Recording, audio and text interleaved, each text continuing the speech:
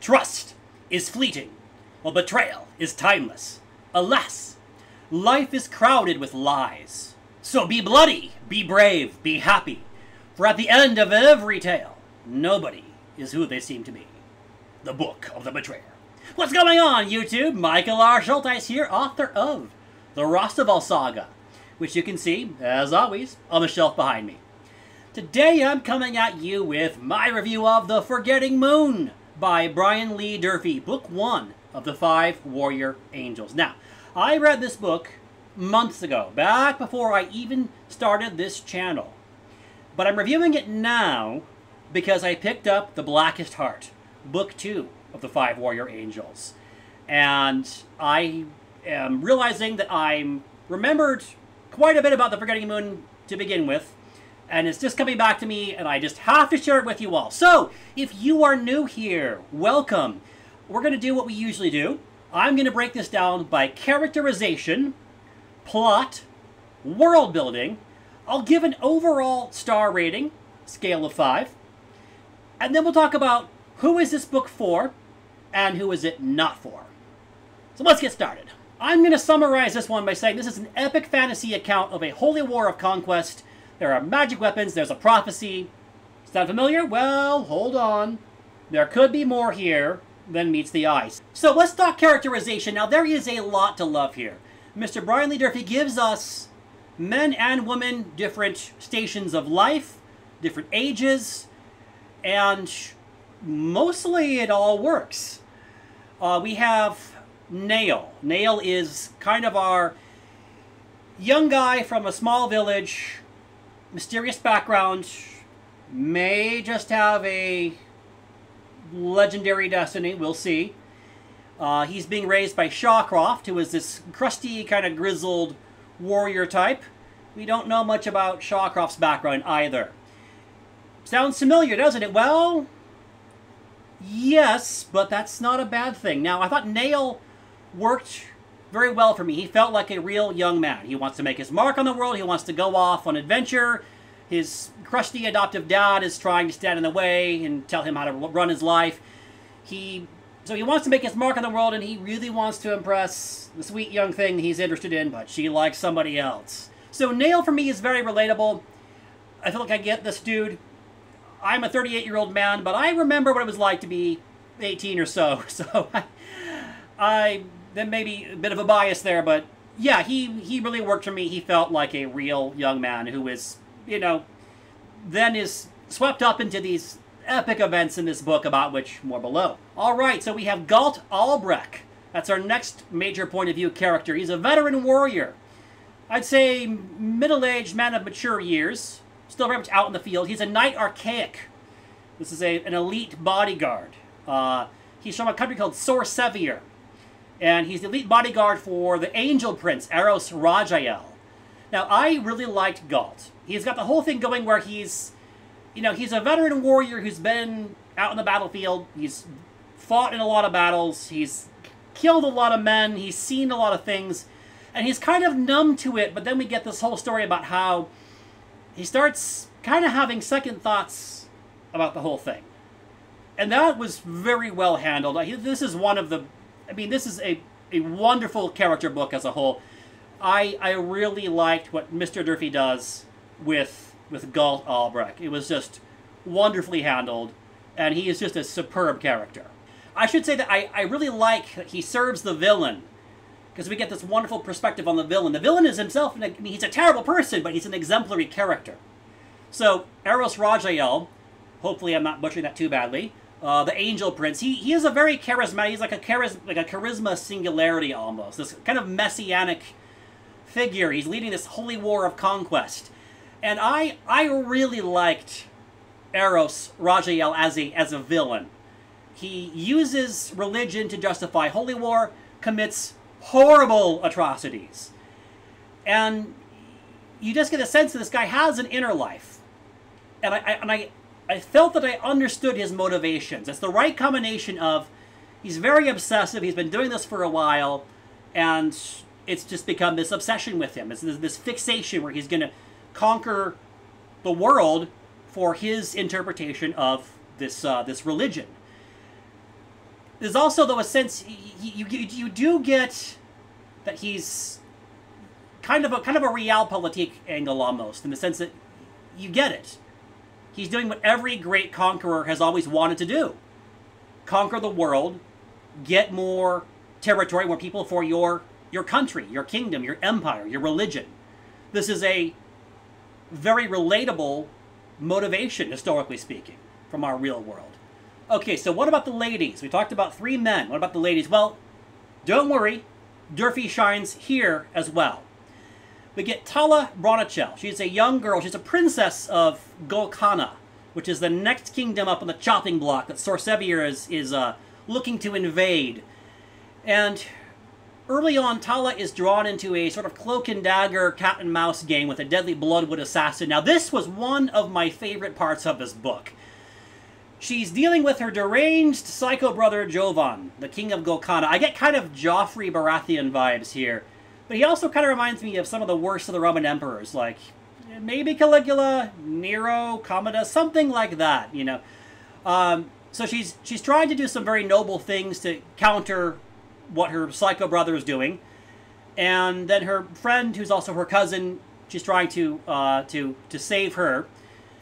And you couldn't not like Tala. I thought she was just fantastic. Right combination of young girl, very vulnerable, but you see her trying to be proactive and be a protagonist in this world anyway, and you can't not love her, I think. We also get Tala's older sister, Jandra Lynn, a princess who is both a legendary beauty and has a keen interest in the sword.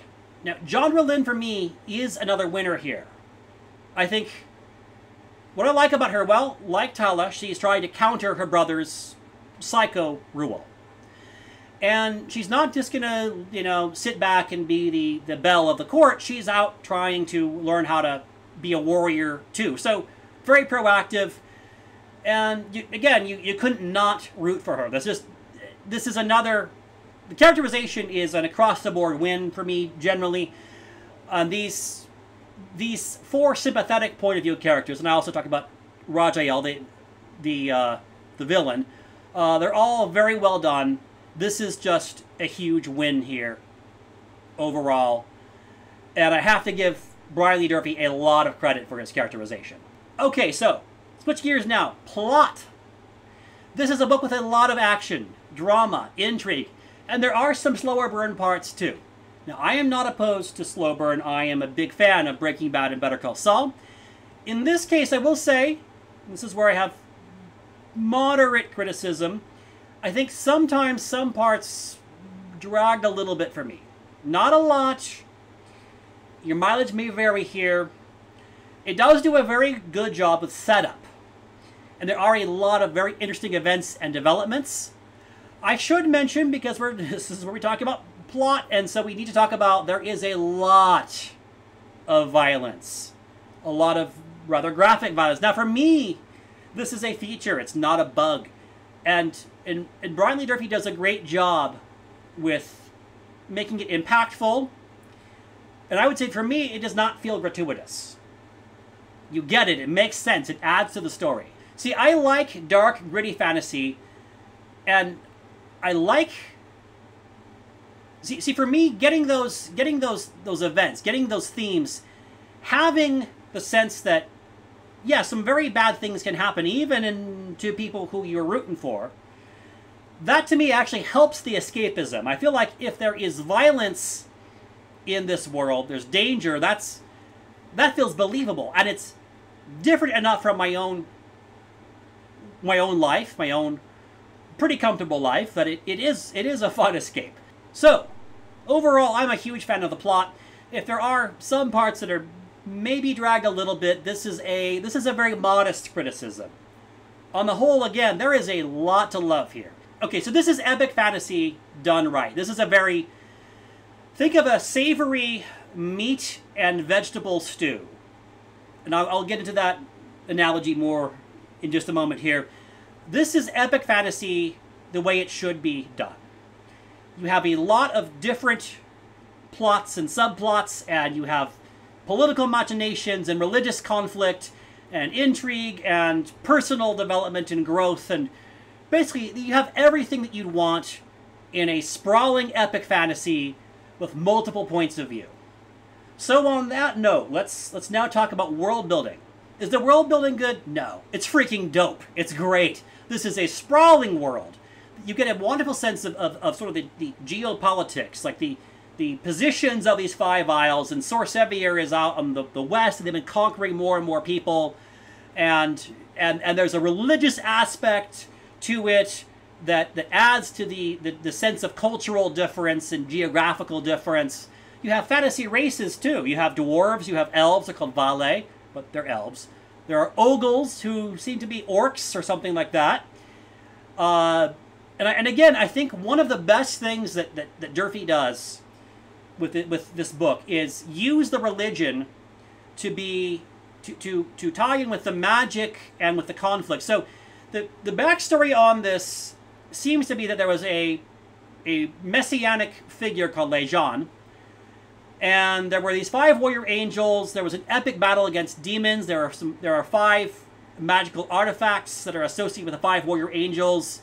So I'm being vague here because I'm not 100% clear on what to believe, because there are 2 main competing religious explanations of what actually happened.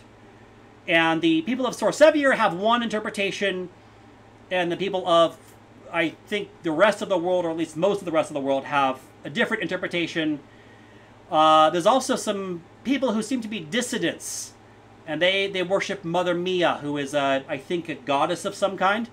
It's a very fascinating, and it feels very real. It's like he didn't just say, oh, hey, here's this religion. It's like, no, we're going to have competing sects of the religion, different factions that are fighting each other. So I love this aspect, and I'm looking forward to seeing, I think at some point we're going to figure out what actually really happened. And that's one of the things that I'm so excited about for the Blackest Heart and for the Lonesome Crown, books 2 and 3 respectively. So I loved the world building. There is one little thing that it's probably a nitpick. I mean, I mentioned it anyway.